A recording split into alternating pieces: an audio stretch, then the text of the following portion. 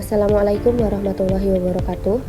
Perkenalkan, kami dari kelompok 7 akan membahas pertemuan 14. Yang pertama yaitu definisi pajak penghasilan pasal 21.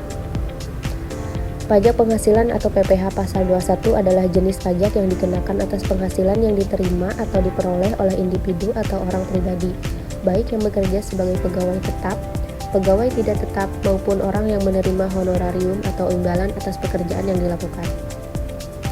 PPh pasal 21 ini dipotong langsung oleh pemberi kerja, atau dalam hal lain ini bisa berupa perusahaan, instansi, atau pihak lain yang memperkerjakan individu, dan kemudian disetorkan ke kas negara. Yang kedua itu objek pajak pasal 21, yang pertama gaji dan upah, tunjangan, honorarium, bonus, dan tantim. Subjek pajak pasal 21. Subjek pajak pasal 21 adalah individu atau orang pribadi yang menerima penghasilan dari pekerjaan, jasa, atau kegiatan yang dikenakan pajak penghasilan PPh pasal 21. Pada dasarnya, subjek pajak ini adalah pihak yang mendapatkan penghasilan yang harus dipotong pajaknya oleh pemberi kerja dan disetorkan kepada negara.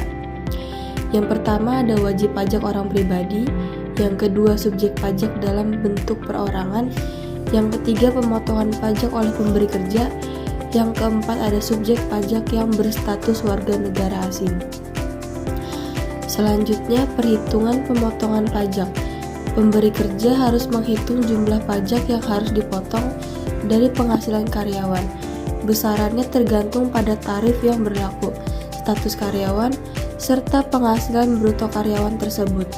Perhitungan pemotongan pajak penghasilan PPh pasal 21 adalah proses untuk menentukan berapa jumlah pajak yang harus dipotong oleh pemberi kerja dari penghasilan karyawan.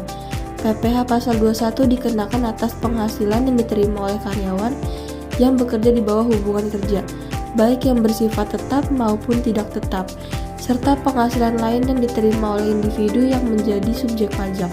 Pemotongan PPh pasal 21 dilakukan oleh pemberi kerja atau perusahaan berdasarkan peraturan perpajakan yang berlaku. Jumlah pajak yang dipotong harus dihitung dengan cermat dan sesuai dengan tarif progresif yang berlaku. Menentukan penghasilan bruto.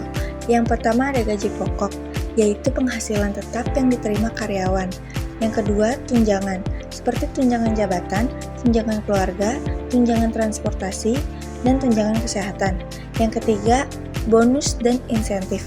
Bonus atau insentif adalah pembayaran tambahan yang diberikan kepada karyawan sebagai penghargaan atas kinerja yang baik atau pencapaian target tertentu. Bonus ini bersifat tahunan, kuartalan, atau berdasarkan pencapaian individu atau tim. Yang keempat, honorarium dan penghasilan, seperti komisi, honorarium, profit sharing, dan lain-lain. Selanjutnya, pajak penghasilan pasal 22. Pasal 22 meliputi yang pertama, pembukuan PPh pasal 22. Pembukuan untuk pajak penghasilan PPh pasal 22 diperlukan untuk memastikan bahwa transaksi dikenakan pajak dilaporkan dan disetor dengan benar sesuai ketentuan perpajakan yang berlaku. Yang kedua, pencatatan transaksi pembelian dan penjualan barang. Pencatatan transaksi pembelian dan penjualan barang adalah langkah dasar dalam proses akuntansi yang bertujuan untuk mendokumentasikan seluruh transaksi yang terkait dengan pembelian dan penjualan barang dagangan. Yang ketiga, perhitungan pemungutan pajak. Pemungutan pajak terkait dengan transaksi pembelian dan penjualan barang, terutama pajak pertambahan nilai atau PPN yang berlaku di banyak negara termasuk Indonesia. Kesimpulannya adalah pembukuan atas transaksi PPh pasal 21 dan 22 sangat penting untuk memastikan kewajiban perpajakan dapat dipenuhi dengan benar.